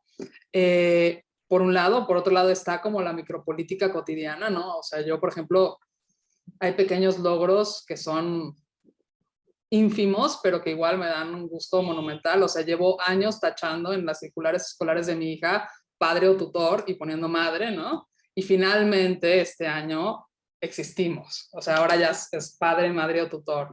Y entonces esto que parece una idiotez, resulta que no lo es, ¿no? No lo es porque es el pequeñísimo acto de nombrarme y de reconocerme además como quien se encarga de mi hija y se encarga de todo lo escolar, o sea, todo lo que tiene que ver con su mundo escolar, ¿no? Está eso, está esto otro que decíamos al inicio que yo decía al inicio con Luisa, pero que tenía que ver con nuestra conversación, que tiene que ver con visibilizar las condiciones siempre, ¿no? Que se vuelve, es una tarea muy, muy cansada en sí misma, es cansado hablar del cansancio. Pero yo creo que hay que insistir en hacerlo, hay que insistir en decir no llego a la junta porque estoy hecha mierda, o sea, no, y estoy hecha mierda porque estoy enferma y porque a mi hija le pasó esto, ¿no? O sea, como un argumento, una justificación, una realidad válida. O sea, empieza porque nosotras lo pongamos sobre la mesa, digamos, como eso, como una historia válida y verdadera dentro de las narrativas y dentro de las fuerzas políticas que están teniendo lugar, ¿no? A mí una de las cosas que me alucina, por ejemplo, es como el tiempo laboral y el tiempo de les hijes no tienen nada que ver. O sea, acá en México, yo no sé cómo es en otros países, pero, o sea, mi hija sale de la escuela a las 3. Y si yo tuviera, que no tengo, un trabajo de tiempo completo, ¿no? En donde, como en la oficina, yo no podría recoger a mi hija, que es el caso, de nuevo, de todas y de todes. Entonces, por ejemplo, creo que también hay que abogar por cambios en las políticas públicas que tengan que ver con eso, porque lo que sucede entonces es que, claro, tú llevas a tus hijos a la escuela y hay alguien que tiene que recoger a esos hijos, entonces terminas trabajando para pagarle a esa persona que vaya a recoger a tu hija porque tú estás en el trabajo hasta las 6 de la tarde. 6 de la tarde si te va bien, ¿no? Y ya no hablemos de si el salario alcanza para cubrir las necesidades básicas de tus hijas y tuyas, ¿no?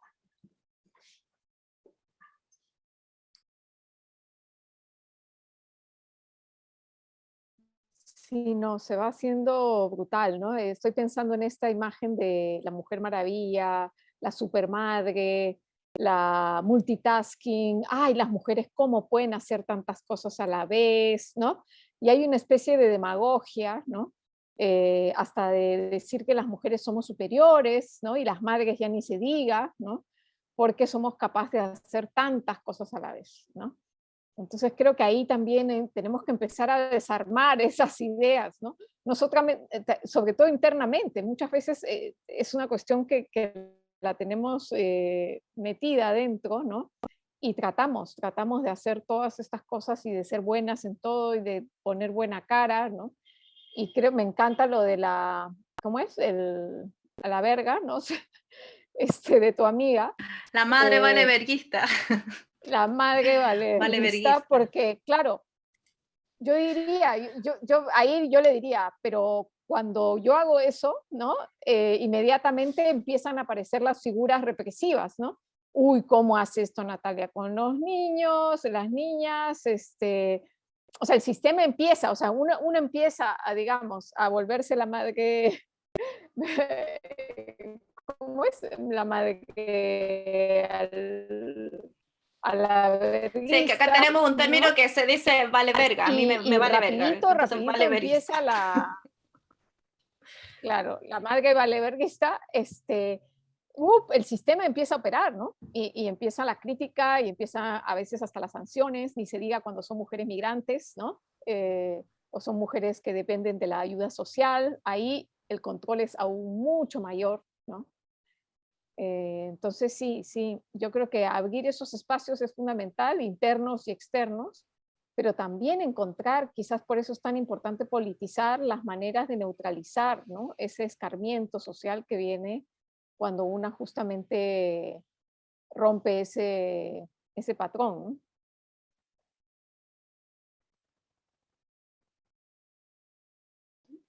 Aquí en el Zoom tenemos a Miriam Tello, que también es artista y activista. No sé si Miriam se quiere animar, porque Miriam también tiene una reflexión bastante potente y es compañera. No sé si Miriam... ¿Te animas, Miriam? Hola, bueno. ¿A la conversación? Bueno, ahí estaba en voz pasiva casi. Bueno, es que estoy totalmente de acuerdo con lo que habéis comentado, ¿no? Pero claro, yo veo que hay como una como diferencia entre las occidentales que vivimos con un trabajo y demás, que vivimos la maternidad de una manera, ¿no? Y cosas como las que ha contado, por ejemplo, Lorena, que no tiene nada que ver, ¿no? O sea, yo a veces me veo pensando en mi maternidad y digo, ¿qué voy a decir yo con lo que hay por ahí, ¿no? Con lo que se sufre en determinados momentos, pues cuando aquí viene una mujer migrante, cuando, ¿no? Como una de las cosas que estuvimos hablando en Huarte cuando hicisteis ¿no? Estas cosas sobre los cuidados y demás, ¿no? Entonces, una como que se siente muy burguesa hablando de sus penas, cuando las penas, pero efectivamente, a pesar de eso, pues sí que claro que hay mucha desigualdad, ¿no? Incluso cuando crees que no la hay tanta, ¿no? Y bueno, mi sensación siempre ha sido que yo he vivido la maternidad con mucho cariño, porque he querido tener a mis hijos y han sido nacidos deseadamente, pero a la vez, claro, he querido ser la mujer orquesta que quería seguir trabajando, que pedí una excedencia para cuidar a mi primer hijo, pero dije yo solo no me puedo dedicar a la docencia, entonces voy a aprovechar a hacer un máster y no sé qué, ¿no? Y me veía como levantándome a las 3 de la mañana, me acostaba, luego le daba la teta, luego me ponía a estudiarme no sé qué y estaba como 24 horas abierta, ¿no? Esa sensación así de que en qué día vivo, en qué hora vivo, que todo es un continuo, pero todo porque yo me quise explotar, ¿no? O sea, esto de que creemos que nos realizamos, pero en realidad nos explotamos. Y yo lo he tenido muy metido, ¿no? Entonces, lejos de que a mí me guste dar consejos, sí que intento, cuando veo a alguna amiga que se queda embarazada o tal, le digo, disfruta si puedes. Y no pienses más que en lo que tú sientes de manera natural. Y ya está, y así no te vas a equivocar. Si tienes que meter al niño en la cama, lo metes. Si no tienes que meterlo, no lo metas. Haz lo que quieras. Si quieres darle la teta, se la das. Si no, no se la des. sí, no sé, o sea, yo traté de vivirlo muy natural. Cuando habéis hablado lo de la placenta me parecía algo bonito, ¿no? Porque yo recuerdo cuando paré la primera vez que me dijeron, ¿quieres ver la placenta? Y me pareció fantástico porque tenía toda esa cosa carnal y de claro que quiero ver esa cosa que te han dicho que existe, pero que casi no sabes ni qué es, y encima me vas a enseñar la mía, ¿no? No pensé en quedármela, ¿no? Para hacer nada artístico con ella, pero...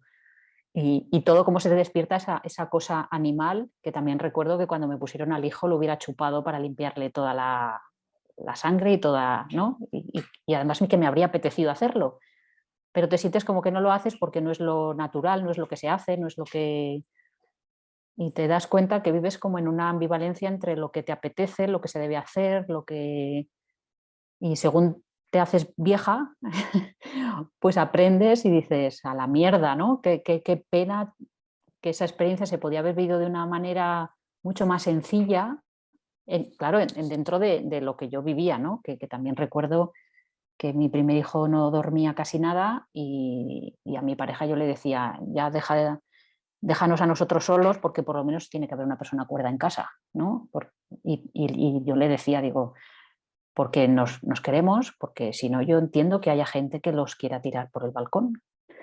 Y me decía, ¿qué cosas dices? Y digo, ya, pero es que es lo que siento, o sea, casi no puedo con mi vida, ¿no? Y poder decir eso con naturalidad sin que se te demonice, pues no es algo que está tampoco dentro de lo normal, porque parece que tenemos que ir todas con esos carritos flamantes, estando maravillosas y dando la sensación de que aunque te duelan las tetas y las tengas a reventar y necesitas parar ahí ahora mismo para dar de mamar, tú ahí vas como si no pasara nada, ¿no? Pues no, sí que pasa, estoy harta, estoy cansada, estoy, ¿no?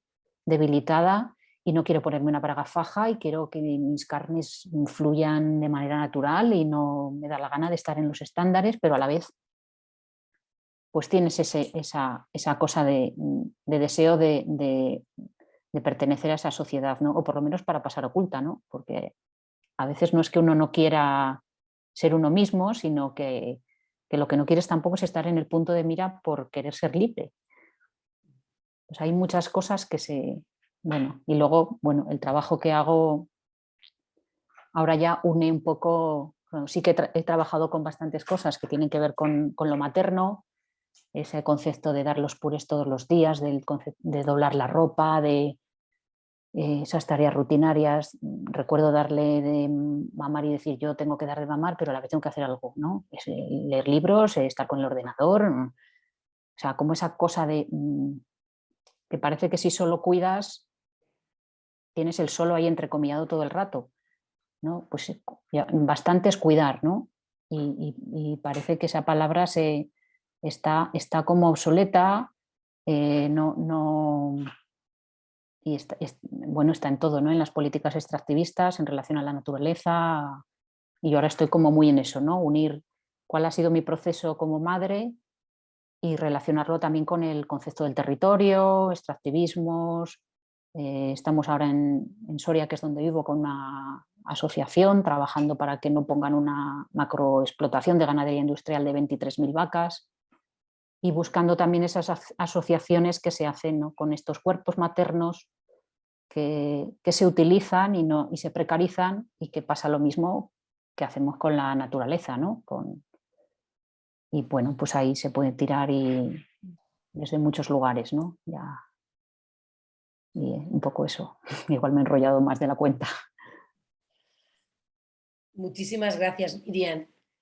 Violeta, yo es que no veo, no tengo Facebook, o Violeta o Nata. ¿Hay alguna pregunta más que quieran que haya lanzado los públicos? Hay algunas, la verdad, y algunas muy importantes, como por ejemplo preguntan por aquí sobre trabajo doméstico como trabajo pago, que bueno, tenemos mucho que decir, ¿no? Sobre esto. ¿Alguien quiere contestar? Yo puedo hacer una puntualización sobre esto. Es que yo tengo una duda, Luisa. Yo cuando te he oído sobre esto del trabajo pago, que claro, en principio es lo correcto, ¿no? Se entiende que si es una actividad se tiene que pagar porque es la forma occidental que tenemos de darle valor a las cosas y porque además te hace, claro, tener un salario te hace libre. Pero yo recuerdo y siento si, es decir, te lo pregunto porque sé que tú has pensado mucho más sobre esto y me lo vas a contestar porque yo estoy todavía en un nivel muy básico, ¿no? Reflexionando sobre este asunto.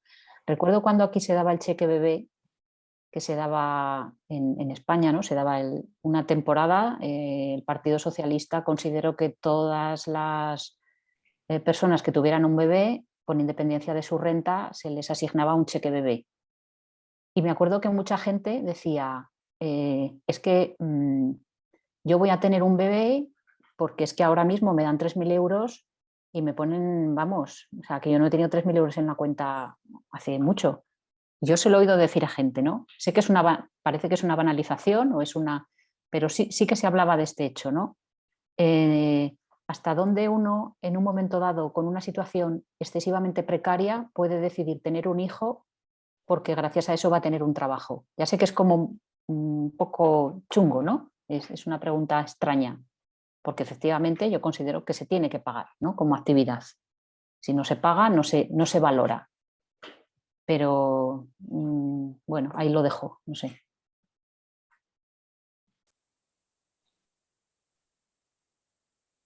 ¿Alguien quiere contestar? Y perdón, y quiero decir que a lo mejor yo lo haría, ¿eh? Es decir, si yo estoy en una situación muy precaria, quizás yo me quedaría embarazada. O sea, no os estoy demonizando que, mira que, no, o sea, no estoy frivolizando la situación. Quizás yo me quedaría embarazada si eso me da un sustento. Sí, sí. Acá en Chile hubo algo similar en algún momento durante el gobierno de Michelle Bachelet, que se estaba dando un bono, y también se escuchaba mucho eso que tú has comentado, o sea, como de mujeres como... o sea, no sé si es verdad, era esta cosa que uno escucha en la calle, ¿no es cierto? Que hay mujeres que quedan embarazadas porque quieren tener ese bono o porque quieren recibir eso. Yo quiero opinar esto y además tengo que aprovechar de despedirme porque tengo que ir a buscar a mi otro hijo al autobús. Pero el tema, yo creo que cuando uno pone el tema del dinero sobre la mesa pasa esto que tú estás comentando, como se complejiza y como que también uno entra como en ciertos temores, porque en principio, claro, suena súper bien el tema de, o sea, de remunerar el trabajo doméstico. Por ejemplo, yo ahora que estoy viviendo en Estados Unidos, lo primero que partí apenas llegué una de las cosas fue cuidar niños y hacer aseo. Y acá trabajar, hacer aseo, yo decía, bueno, aquí puedo vivir de esto, o sea, paga muy bien el trabajo doméstico, cosa que no pasa en Chile o en general creo que no pasa en Latinoamérica. Pero por otro lado también es como en el fondo el tema es la valoración, creo yo, o sea, de qué manera podemos significar ese trabajo que se realiza y que no sea necesariamente con dinero, creo yo. Porque, por ejemplo, otra cosa que también me asusta mucho y que yo entro como en esto, primera vez en mi vida que entiendo la sensación de las personas que son antiaborto y que van a tener así como bandera, es que acá en Estados Unidos el tema de la maternidad subrogada es un negocio y está en todas partes y está súper normalizado y se paga, ¿no es cierto? Y hay muchas mujeres que efectivamente, digamos que viven de eso o que pueden ganar mucho dinero gracias a gestar hijos de otros. Y acá eso está súper bien visto, digamos, no es algo extraño, es algo muy normalizado. Y a mí me genera así, yo no puedo entrar más en pánico cuando escucho esas cosas o cuando veo publicidad en Facebook, así de normales con respecto a ese tema.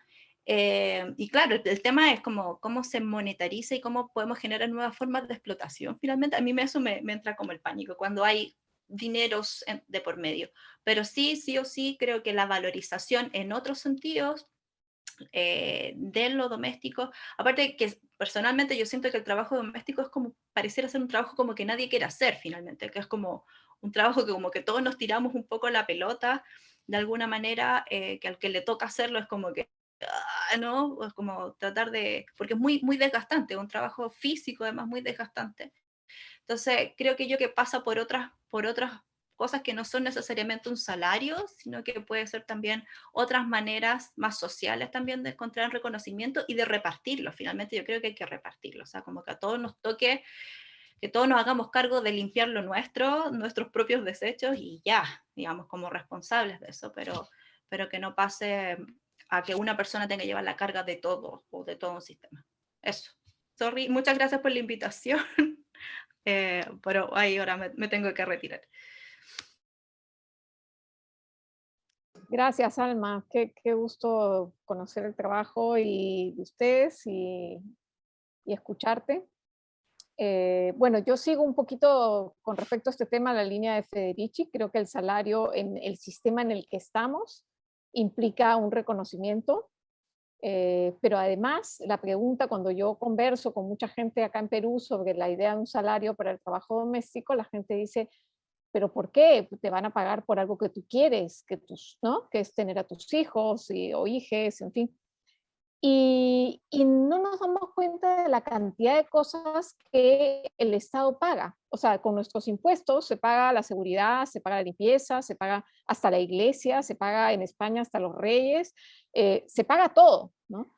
Yo creo que, como plantea Federici, la idea de un salario es primero, más allá de la cuestión económica concreta, que para muchas puede ser la diferencia entre la vida y la muerte, porque muchas mujeres aguantan violencia doméstica justamente por lo precarizadas y vulnerabilizadas que están por esa falta de salario. Pero más allá incluso de ese tema económico está el reconocimiento de que es un trabajo y como dice Lorena, en los grandes sectores de la población, no en nuestros espacios más artísticos o intelectuales, todavía no se concibe el trabajo de cuidados, el trabajo doméstico como trabajo, ¿no? Entonces, claro, el salario se vuelve un mecanismo para identificar eso como un trabajo, ¿no? Y desde el momento en que tú dices, bueno, de nuestros impuestos va a salir para pagarle a las personas que hacen ese trabajo esencial, es poner en la escena público-política el tema, ¿no? Pero bueno, creo que ya estamos contra el tiempo. Espero que se unan a los 3 seminarios que nos quedan, porque nada, este tema da para largo y agradecemos muchísimo, muchísimo. No sé si Lorena, Violeta o Luisa quieren completar algo más, pero muchas gracias a quienes han estado en red y seguimos. Yo digo, nada más para cerrar, diría que el tema del trabajo doméstico tiene que ver con la distribución del dinero, pero también de las obligaciones. O sea, es todo un sistema, o sea, claramente no se resuelve ni con un bono ni con una asignación de, claro, entonces a partir de ahora vamos a pagar, que además habría la pregunta de quién paga eso, ¿no? O sea, en un entorno familiar, ¿quién paga, quién recibe y de qué forma? Para mí tiene que ver con un replanteamiento radical de los contratos sociales, de todo, o sea, de la distribución de todo, del dinero, de las obligaciones, de las responsabilidades, pero también del placer, del sueño, ¿no? En fin, da para otras 2 horas de conversación, pero pues muchas gracias por la invitación a todas y me encantó estar acá conversando con ustedes. Creo que hay que normalizar estas conversaciones en todos los espacios, o sea, en todos los momentos y en todos los espacios. Muchísimas gracias a todas. Miriam, yo si te contesto a la pregunta no vamos a acabar porque me está explotando la cabeza, te quiero decir. Yo si quieres te mando un audio ahora por el WhatsApp y te explico o sea, así rápido, que haya cuerpos que desde la precarización se quieran, lo que tú has planteado, ¿no? Que haya cuerpos desde la precarización que quieran asumir el trabajo reproductivo y así obtener un beneficio del patersistema, es como algo anecdótico. Es como un margen que genera un sistema opresivo. Lo que tenemos que entrar, como dice Lorena, lo que tenemos que entrar es en esa matriz expropiadora del pater blanco colono expropiador, en el andamiaje que reproduce. Ese andamiaje reproduce la exclusión de unos cuerpos, la asignación de género de unos cuerpos, reproduce la negación de unos cuerpos, de unas actividades humanas, reproduce unas negaciones que son también las responsables de que hay unos cuerpos en el margen, empobrecidos, que puedan asumir el trabajo reproductivo para obtener algo de beneficio del patersistema, del paterfamilias. El problema está en resolver ese aparato, el aparato que genera el extractivismo y las opresiones y que genera la negación de la potencia económica y también de la potencia psicoestructural. No hablemos solo de remuneración económica, o sea, de la posibilidad de monetarizar. También hablemos de cómo los trabajos de sostén vertebran la continuidad del sistema, vertebran que la continuidad como animal humano que somos continúe. Yo creo que hay que ir a intentar desarmar y desentrañar ese andamiaje extractivista para entender por qué esos cuerpos en el margen empobrecidos, oprimidos, sin posibilidad de desarrollo del asunto vital propio en condiciones dignas, tomen esas decisiones de asumir el trabajo reproductivo como una manera de poder acumular capital. Y aquí lo dejo. Muchísimas gracias a todas y en especial a Lorena Wolfer y a Alba Molina, que ya se ha marchado, a mis compañeras Natalia y Violeta y al Centro Cultural de España en Lima, La Paz y Santiago de Chile. Y seguimos hasta el martes que viene en el próximo seminario. Un beso a todas.